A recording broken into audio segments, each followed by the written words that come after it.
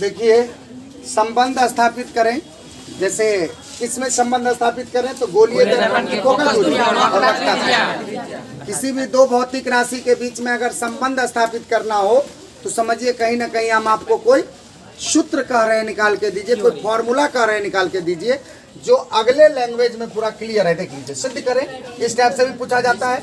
सिद्ध करें किसी गोलीय दर्पण की फोकस दूरी है ना वक्रता त्रिज्या की क्या होती है, आधी होती है। अगर फोकस दूरी वक्रता त्रिज्या की आधी होती है तो ऐसा भी कहा जा सकता है कि वक्रता त्रिज्या फोकस दूरी की दूनी होती है। ये बात हम यहाँ नहीं लिखे हैं, अपना ध्यान में रखेंगे। या एक और स्टेप से डायरेक्ट भी कह देता है, सिद्ध करें गोलीय दर्पण या नाम अवतल उत्तल दोनों में से कुछ भी दे सकता है, क्योंकि गोलीय दर्पण दो प्रकार के होते हैं। तो गोलीय दर्पण में सिद्ध करें, गोलीय दर्पण में सिद्ध करें F इक्वल टू R/2 या R बराबर 2 है, दोनों में से जो समझिए। ये बात आपके दिमाग में आ रही होगी कि सचमुच में फिगर में हमने ऐसा देखा है। जिस दिन आप फोकस पढ़े होंगे उस दिन की बात को याद कीजिए।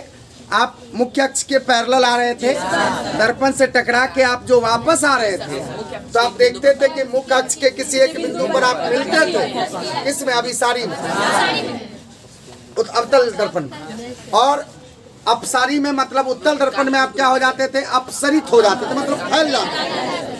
फिर भी हम कल्पना करके मुख्य अक्ष पर आते थे, उस वही कल्पना करके जाते थे, उसी से क्लियर हुआ था हमारे आपके बीच में कि सर उत्तल दर्पण में हमेशा काल्पनिक प्रतिबिंब बनेगा। फोकस समझिए दर्पण का और लेंस का सबसे प्राइमरी समझिए उसका प्रॉपर्टीज है। अगर उसके बारे में डीपली कुछ भी जानकारी लेना चाहते हैं आप तो आपके पास झांक के देखिए अपने अंदर कि क्या मेरे पास फोकस को अच्छा से हम समझें कि अगर आप फोकस नहीं समझे अच्छा से तो समझिए दर्पण और लेंस आपके समझ से बुझिए बाहर है। बात समझ रहे हैं? क्योंकि किसी भी एंगल से अगर देखोगे, कोई भी क्वेश्चन उठाओगे तो तुमको फोकस के संसर्ग में आना ही पड़ेगा। बात समझ गए? इसीलिए अगर आपको दिक्कत हो तो आप निश्चित ही किसी और अदरवाइज बैच में आकर के फोकस का जानकारी लेंगे। अभी आप क्वेश्चन देख लिए हैं, यहाँ से नोट भी कर लिए होंगे। गोलीय दर्पण की फोकस दूरी और वक्रता त्रिज्या में संबंध स्थापित करें, ऐसे पूछा जाता है। संबंध का मतलब होता है प्रूव करना। या सिद्ध करें किसी गोलीय दर्पण की फोकस दूरी वक्रता त्रिज्या की क्या होती है, आधी होती है। हाँ, माने इस पे आप देख सकते हैं फोकस दूरी माने आप वक्रता त्रिज्या की आधी होती है। आधी का मतलब I2, या उसी को कहेगा वक्रता त्रिज्या फोकस दूरी की दूनी होती है। इस तरह से कुछ भी अगर कहे तो आप इसको क्या करेंगे, लिखित में प्रूफ करेंगे। तो क्या इसको मिटा सकते हैं आप? तो अब आप यहां से देखिए,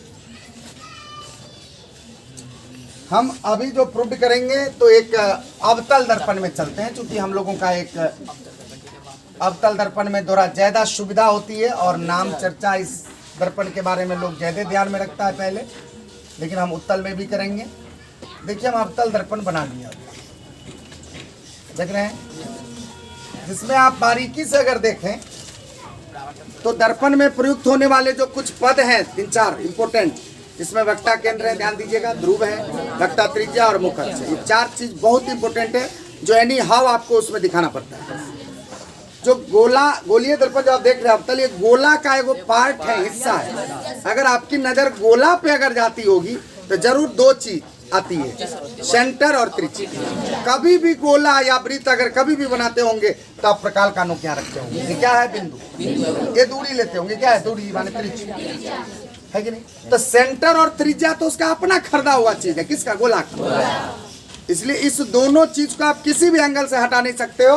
अर्थात हम आपको कहना चाहेंगे कि इशारा दे करके हमारे पास तो प्रकाल नहीं है जो इस करीब किए हैं, तो अनुमान लेकर के हम यहाँ पे समझ रहे हैं क्या चाहिए, सेंटर, जिसको हम लोग गोलीय दर्पण का वक्रता केंद्र कहते हैं। ठीक है ना?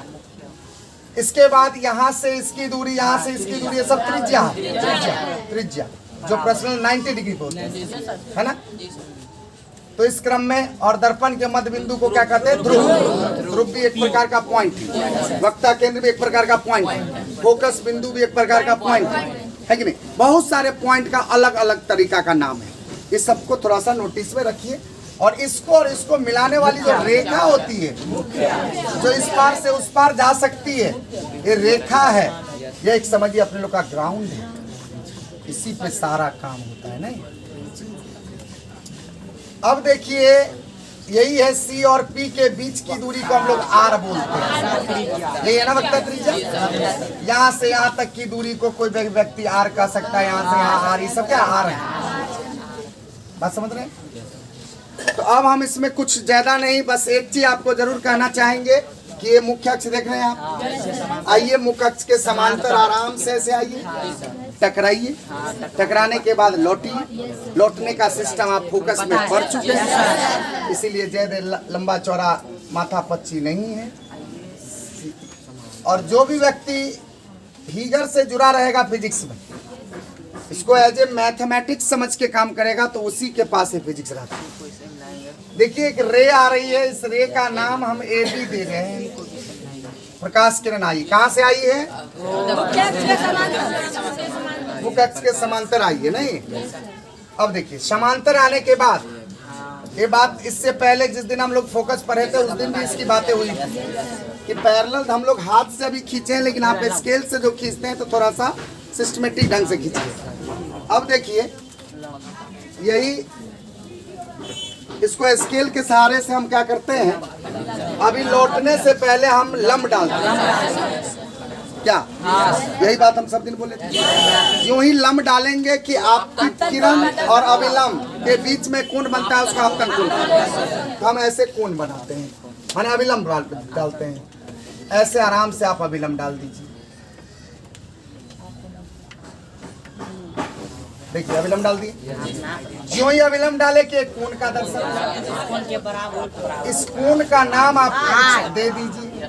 ठीक है, आई ही दे दी। अब आपको पता है कि इसी के बराबर एक कोण बनती है आप बराबर। अब ये कोण आप क्या लगता है कि ये आने वाली किरण यहाँ के अभी रुकी हुई है फिलहाल, क्या ये किरण ऐसे भागेगी? ऐसे भागेगी?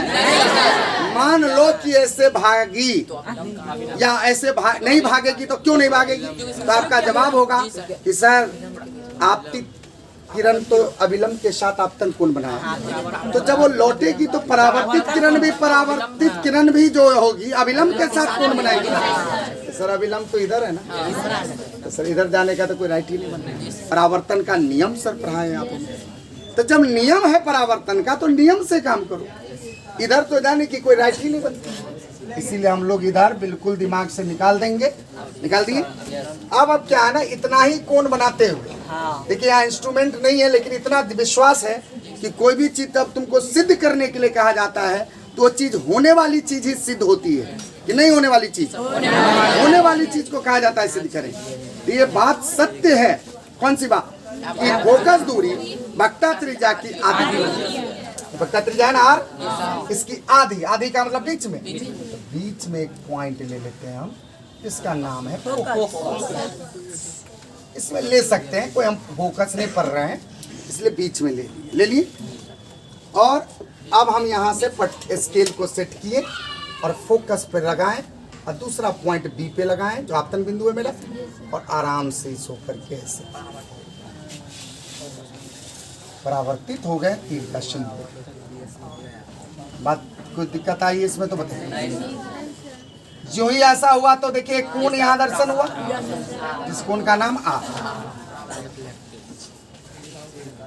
ठीक है, फिगर में कोई जल्दबाजी, कोई दिक्कत, कोई समस्या नहीं सर? इसलिए समस्या नहीं क्योंकि आप फोकस पढ़े होंगे, इसलिए समस्या। तो अब हम यहाँ से ये बताना चाहेंगे कि ये जो फोकस है और ये ध्रुव है, तो फोकस और ध्रुव के बीच की दूरी को फोकस दूरी कहते हैं, जिसको स्मॉल एफ से लिखते हैं, वो भी आप पढ़ चुके हैं। और केंद्र और ध्रुव के बीच की दूरी को वक्ता त्रिज्या कहिए, या ऑलरेडी गोला का त्रिज्या है तो वक्ता त्रिज्या, जिसको आर से लिखते हैं। तो अभी इस समय आप देख रहे हैं कि सिप्पी को आप क्या बोल रहे हैं? कैपिटल आर, मतलब वक्ता त्रिज्या। और एफपी को क्या बोल रहे हैं? स्मॉल एफ, मतलब फोकस दूरी। जरूरी पढ़ने पर कभी सीएफ आएगा तो अकॉर्डिंग टू ज्योमेट्री में हम लोग बराबर इस चीज का इतना रूपांतरण करते रहते हैं। तो सीएफ को क्या लिख सकते हैं? सीपी माइनस एफ, ऐसा बोल सकते हैं ना? नहीं, मान लो देखो ये चीज, यही चीज है। कोई भी चीज जब आर तुम सीपी को कह रहे हो, एफपी को एफ कह रहे हो, तो फिर सीएफ को क्यों छोड़ रहे हो? उसके बारे में सोच लो। काम पड़ेगा नहीं पड़ेगा, रखा रहेगा, सोचने में कोई खराबी थोड़ी है। हमने सोचा कि CF के बदले में CF इक्वल टू क्या, तो CF इक्वल टू पूरा माने सिप्पी माइनस F, तो सिप्पी का मतलब हो गया कैपिटल R माइनस कैपिटल। कोई आपत्ति? ये 3 चीज अपना देख लिए हैं मूल चीज। अब क्या है देखिए, यहाँ से हम यहाँ से मैथमेटिकली प्रोग्रेशन में आपको बताएंगे। केवल लैंग्वेज आपको अभी हम यहाँ नहीं लिखाएंगे, आप खुद इस चीज को फिगर से समझ सकते हैं। देखिए अगर आप चाहेंगे तो अपनी भाषा में लिख लेंगे। क्या करना है देखिए, माना MNA का अवतल दर्पण है जिसका वक्रता केंद्र C और ध्रुव P। फोकस मूल चीज नहीं है, फोकस कुछ करने के बाद आया। माना कि MNA का अवतल दर्पण है जिसका वक्रता केंद्र C और ध्रुव P है। क्लियर? तब कहना है मुख्य अक्ष के समांतर आने वाली किरण AB, मुख्य अक्ष के समांतर आने वाली किरण AB, आप देख रहे हैं अभी, दर्पण से परावर्तन के बाद फोकस से आती है या मुख्य अक्ष के फोकस पर कटती है। ठीक है, जैसे अपना लैंग्वेज देखिए, ये सब अपनी भाषा होनी चाहिए। कहा भी जाता है परीक्षार्थी यथासंभव अपने शब्दों में, इसमें निसंकोच आप अपनी भाषा में लिखिए। आपको पहले अपने मन में डर रहता है कि मेरा गलती हो जाएगा, नंबर कट जाएगा। अरे भाई नंबर कट कैसे जाएगा? तुम कहीं से ईमानदारी से काम कर रहे हो, उदारता से काम कर रहे हो, एक उदार माने आपका मन है, इस स्थिति में कभी नंबर नहीं कटेगा। निष्पक्ष होकर के काम कीजिए। तो आप फोकस से आती है, तब कह देना लास्ट में रचना, जैसे नहीं कोई चीज थ्योरम में रचना होती है, C को B से मिलाया जो अविलंब का कार्य करती है। समझ गए? इतना काम आपके लिए हम छोड़ रहे हैं, तब हम लिखने जा रहे हैं। देखिए क्या, देखिए कौन सब बन रही, इस कौन का नाम थोड़ा विचार है मेरा, 1 2 दे दीजिए, चलेगा? समझ रहे हैं? आप क्या लिखते हैं सो देखिए। सबसे पहले लिखते हैं, चूंकि डिटेल में हम लिखते हैं, एक बार हम फिजिक्स का रूल यूज करवाएंगे और एक बार मैथमेटिक्स का रूल यूज करवाएंगे। फिजिक्स का रूल मेरा ये कहेगा अपतन कोण बराबर परावर्तन, और गणित का रूल कहता है चूंकि समांतर है, कोई समांतर रेखा को तिर्यक रेखा काटती है तो संगत कोण बराबर, एकांतर कोण बराबर, अभिमुख बनता है कोण का जोड़ 180 डिग्री। इतनी बात है ना मेरे पास, कोई ना कोई बात इसमें यूज करेंगे। देखिए तो सबसे पहले हम फिजिक्स को यूज कर लेते हैं। AB जो है ना लिखते हैं, क्योंकि AB क्या है, AB समानांतर है मुख्य अक्ष, है ना। AB समानांतर है मुख्य, पहले मैथमेटिक्स ही यूज कर लो। कॉमा देखो, BC तिर्यक रेखा है, मानोगे? BC क्या है? तिर्यक रेखा, मतलब एक ट्रांसवर्सल है। क्या इसका अलग से फिगर बना दे या समझिएगा? फिर भी बना देते हैं। ये आपका कौन है? AB, ये आपका मुख्य अक्ष है, दोनों क्या है? समांतर। यहाँ से देखिए आपका यहाँ पे पॉइंट C है, B से देखिए आप C पे ऐसे आए हैं, देख लीजिए C के साथ यहाँ पे आप एंगल 3 बना रहे हैं, यहाँ पे एंगल 1 बना रहे हैं। बताइए आप लिख सकते हैं कि नहीं? Angle 1 equal to angle 3, alternate angles नहीं, इक्वेशन फर्स्ट। बताइए कोई दिक्कत नहीं सर। AB समांतर है मुख्य अक्ष, देख लो है कि नहीं है। फिर दूसरा रूल यूज कर, सीधा लिखते हैं पुनः परावर्तन के नियम से, सीधा परावर्तन के नियम से angle 1 equal to angle 2, equation second. आपतन कोण बराबर परावर्तन कोण, तो जानते हैं कि नहीं? ये भी लिखना पड़ेगा। I इक्वल टू R होता है ना। पहला पॉइंट हुआ मैथमेटिक्स से लिए, समांतर है तिर्यक रेखा लिए, उसका फिगर यहाँ बना दिया, देख लीजिए। और दूसरा परावर्तन का नियम आपको सबको पता है, 8वीं में भी है। आई इक्वल टू आर, यानी कि 1 इक्वल टू 2। देखो, एक है आपतित किरण के साथ बनाया था आपतन कोण, और 2 है परावर्तित किरण के साथ बनाया परावर्तन कोण। दोनों आपस में बराबर हो गया। आप आराम से देखिए, दोनों में एक साइड आपका बराबर है, और आपको भी चाहिए कि एक साइड बराबर हो। कभी भी इक्वेशन में एक साइड बराबर रहना चाहिए। तो एक साइड बराबर है, एक का एक। तो अब आप आराम से क्या करेंगे, 2 और 3 को बराबर करेंगे। कुछ नया तो करोगे ना जी, जोड़ने से तो फायदा है नहीं, है ना। इसीलिए हम लोग इस समीकरण को यहाँ सब क्या करेंगे, जोड़ेंगे नहीं, बल्कि कुछ नया करके इस ट्रायंगल के अंदर जाने का प्रयास करेंगे। हमेशा के लिए दिमाग में बैठा लीजिए, चाहे अवतल में सिद्ध कर रहे हो या उत्तल में सिद्ध कर रहे हो, मन बनाओ कि हम त्रिभुज के अंदर जाएं। क्यों पता है? क्योंकि त्रिभुज के अंदर जाकर के ही 2 कोण बराबर मिलेगी, और 2 कोण बराबर मिलेगी तो सामने की 2 भुजा भी बराबर मिलेगी। सो पता आपको? किन्हें पता? क्योंकि आपको जो सिद्ध करना है, थोड़ा 1 मिनट के लिए सोचिए। एफ सिद्ध करना है। एफ क्या है? एफ क्या है? एफ क्या है? एक रेखाखंड है कि नहीं, एक लाइन सेगमेंट, एक तरह समझिए एक भुजा हो सकती है। सिप्पी क्या है? Line segment. तो हम कोण से हटकर भुजा में जाना चाहते हैं, तो कैसे जाएंगे? क्या कभी ऐसा है कि कोण को भुजा के साथ रिलेशन को कहाँ मिलता है? त्रिभुज। तो पता है कि नहीं पता है? कोण के से छलांग लगा के हमको भुजा में जानी है, तो कोई ना कोई ज्योमेट्रिकल बंद आकृति लेनी पड़ती है। वो मेरे यहाँ पकड़ा रहा है त्रिभुज, इसलिए मेरी इच्छा हो गई त्रिभुज के। तो इसीलिए हम जा रहे हैं कुछ नया करके। देखिए यहाँ समीकरण फर्स्ट तथा सेकंड से क्या एंगल 2 बराबर 3, एक साइड बराबर है, इसलिए दूसरा साइड। इसमें कोई दिक्कत नहीं सर। अब देखिए 2 और 3 कहाँ है? कहाँ है? देख रहे हैं, हम यहाँ लिख रहे हैं 2 और 3 को। देख लीजिए 2 और 3 त्रिभुज BCF के बराबर कौन है? त्रिभुज BCF के 2 बराबर कौन है? तो लिख देते हैं कोण 2 तथा कोण 3 त्रिभुज BCF के 2 बराबर कोण है। 2 बराबर कोण है ना? नहीं है? इसीलिए आप तुरंत कह दीजिए, देखिए 2 के सामने वाली भुजा CF, इसका ध्यान त्रिभुज पे गया होगा, उसको दिक्कत नहीं बुझा होगा। 3 का सामने वाला भुजा BF, तो BF बराबर CF। दिक्कत है तो बताइए। नहीं सर। देख लीजिए, त्रिभुज बना दे फिर से।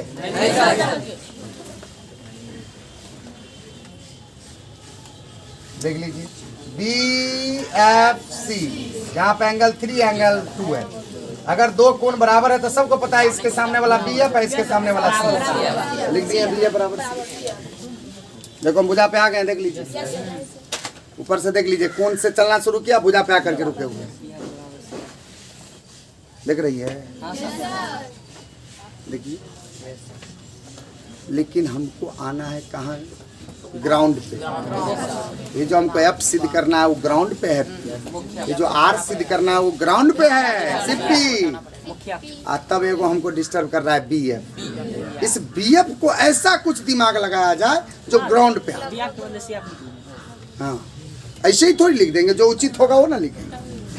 तो अब यहाँ पे देखिए, हमको CF से तकलीफ नहीं है, हम CF बराबर देखते हैं, व्यवस्था करके रखे हैं। देखिए ना, हमको ये जो CF देख रहे हैं CF, इस CF से हमको कोई तकलीफ नहीं है।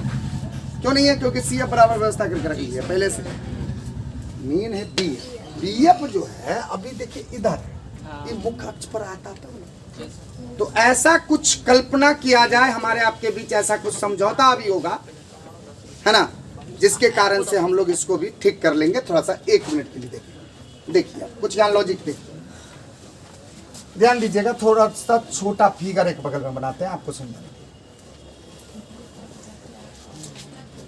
देखिए आप पैरेलल आते हैं। एक चीज बताइए, जब आप यहाँ से आप पैरेलल आए हैं तो आपको कौन बोला था कि यहीं पे पैरेलल आने के लिए?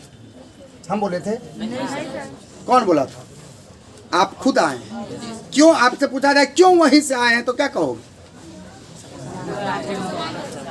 हमारे बीच में सर सुविधा हुआ काम करने में, थोड़ा सा ज़्यादा नज़दीक में लेते तो काम करने में दिक्कत होती, इसलिए थोड़ा सा क्लियरली फिगर बनाने के लिए हम लोग थोड़ा गैप करके लिए। हम कहेंगे तुम समान तौरे खींचा तो इतना दूर क्यों खींचा, करीब में भी खींच सकता था। तो जी सर खींच तो सकते थे लेकिन परेशानी हुई। अब ऐसा कल्पना अब हम आपके साथ कर रहे हैं कि सुनो क्या आप नज़दीक से खींच सकते हो, तो जी सर बिल्कुल क्यों नहीं। तो आप अगर इस चीज को अगर नजदीक से पैरेलल ऐसे खींचते हो फिर भी तुम फोकस से ही आओगे कि नहीं आओगे, कहीं से भी आओगे तो फोकस से ही आओगे, पैरेलल आओगे तो। और बहुत करीब से अगर आओगे तुम बी लेकर के फिर भी तुम फोकस से जाओगे, और बहुत करीबी मामला अगर होगा फिर भी तुम एफ से ही जाओगे, और बहुत करीबी मामला होगा और बहुत पीछे जाओगे।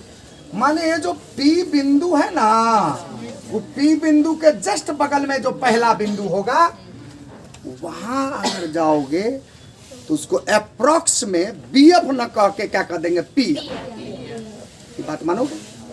ये जो आप B F B F B F B F ऐसा आ रहा है ना, तो यहाँ जो करीब में आ जाएगा तब बी एफ लगभग बराबर हो जाएगा पी एफ। ये बात मानोगे कि नहीं मानोगे? अप्रोक्स में तो आपको मानना पड़ेगा। हम नहीं मानिएगा हेयर होइएगा तो कहाँ से मानिएगा, है कि नहीं? लेकिन आज तक पता है कि नहीं, साइंस और मैथ हमेशा अपडेट होकर के चलता है और अप्रोक्सीमेट चलती रहती है, उसमें आपको मानना पड़ेगा। इसीलिए कहीं भी अगर ये स्ट्रेट लाइन है, मान लीजिए पी है ना, और इस स्थिति में यहाँ से एक पॉइंट एफ है और ऐसे आ रही है बी एफ, ऐसे आ रही है, ऐसे आ रही है, बड़ी करीबी मामला है और बहुत करीबी मामला है। बहुत करीब में आने पर उस बी एफ को बी एफ न कह के क्या कर देंगे, पी एफ। तो क्या आप इस चीज से अवगत है जो आप कहने दीजिएगा? हैं? इसीलिए हम यहाँ पे एक बात लिख देते हैं, यदि बी बिंदु, ये वाली बी बिंदु, यदि एक अपना मिसाल दे रहे हैं, यदि बी बिंदु P के बहुत निकट हो, जब समांतर खींचा है तो तुम निकट में भी खींच सकते हो। मानो कि तुम निकट में खींचा समांतर, अरे आज यहाँ पे खींचे थे ना, मानिए ना हम यहाँ खींचे, देखे कितना करीब में खींचे, मानो ना ऐसा किए। यदि B बिंदु P के बहुत निकट हो, बहुत क्या हो, बहुत निकट हो तो क्या होगा, बी एफ लगभग बराबर होगा पी एफ। क्या इससे आप सहमत हैं? बस यही सहमति हमारे आपके बीच हो गई, इसके बाद कोई तकलीफ ही नहीं है कहीं। यही नहीं लोगों के बीच में ये आता है। आप ज्योमेट्री पढ़े हैं 9th क्लास में, देखते होंगे कितना अप्रॉक्स करके अनुमान लगा के काम करना पड़ता है। ऐसा ही समझ के चले कि पैरेलल आप खींचे ऐसे, लेकिन ये पैरेलल आपको ऐसे ऐसे घट भी सकती थी ना दूरी। तो और बड़ी करीबी मामला में अगर आते, सोचिए ना कि वो लाइन है, उसके जस्ट बगल से लाइन ऐसे आती, एक के बिंदु का हेरा फेरी है ना। तो बिंदु तो वैसे भी अपरिभाषित है, बिंदु की क्या परिभाषा है, बहुत लंबी चौड़ी तोड़ी है। बिंदु का क्या ये है, कुछ नहीं है, समझ गए? एक स्थान है, तो स्थान है तो क्या है, स्थान का एक लंबाई चौड़ाई होता है, स्केल से माप लोगे? हाँ, इसीलिए तुरंत इसका कनेक्टिविटी यहाँ से मिला रहे हैं। देखिए बी एफ को क्या लिख देते हैं, पी एफ बराबर में सी एफ चल रहा है। अब आप पी एफ बराबर क्या लिख दिए, सी एफ। इससे सहमत हैं? सी एफ को नहीं कुछ किए हैं, सी एफ को क्यों कुछ नहीं किए, सोच समझ में आया कि नहीं? क्योंकि सी एफ हमारा ग्राउंड पे है। सी एफ को हम जानते हैं क्या, आर माइनस एफ। अब देखो पी एफ को लिख देते हैं स्मॉल एफ और सी एफ को लिख देते हैं R minus F. Minus F को इधर बुला लीजिए, 2f बराबर आर हो गया, आर बराबर 2f। इसी में अगर निकालेंगे तो हो जाएगा ना r/2, f बराबर। तो हम ये अवतल दर्पण में अभी प्रूव किए हैं, यही चीज आप कहाँ प्रूव कर लेंगे फिर, उत्तल दर्पण। लैंग्वेज खाली हम नहीं लिखे हैं, है ना। मेन आपका देखिए एक चीज ध्यान रखना है, गणितीय मेथड से एकांतर कोण में लेना है, फिजिक्स के हिसाब से परावर्तन के नियम से, ये दोनों करके 2 बराबर 3 करके त्रिभुज में घुसना है। कारण कि त्रिभुज में घुसेंगे तो ही त्रिभुज के कोण जो बराबर होगी तो क्या होगी, फिर भुजा में जाएंगे। त्रिभुज से निकल करके कहाँ गए हम, भुजा में। देख लीजिए कौन से निकल, अब भुजा में जो गए ना तो CF से हमको तकलीफ नहीं हुआ, हमको BF से तकलीफ। BF जो है वो BF इस पे नहीं है, इस पे मैंने ग्राउंड मुख्य अक्ष पे नहीं है। इसके लिए हम अपना कुछ लॉजिक दिए, बस एक चीज आपको दिमाग में नहीं अगर सेट हुआ होगा तो आप हमसे क्लास में पूछ लेंगे, कोई दिक्कत। चलिए अब यहाँ से आप नोट कर लीजिएगा तो अच्छा रहेगा।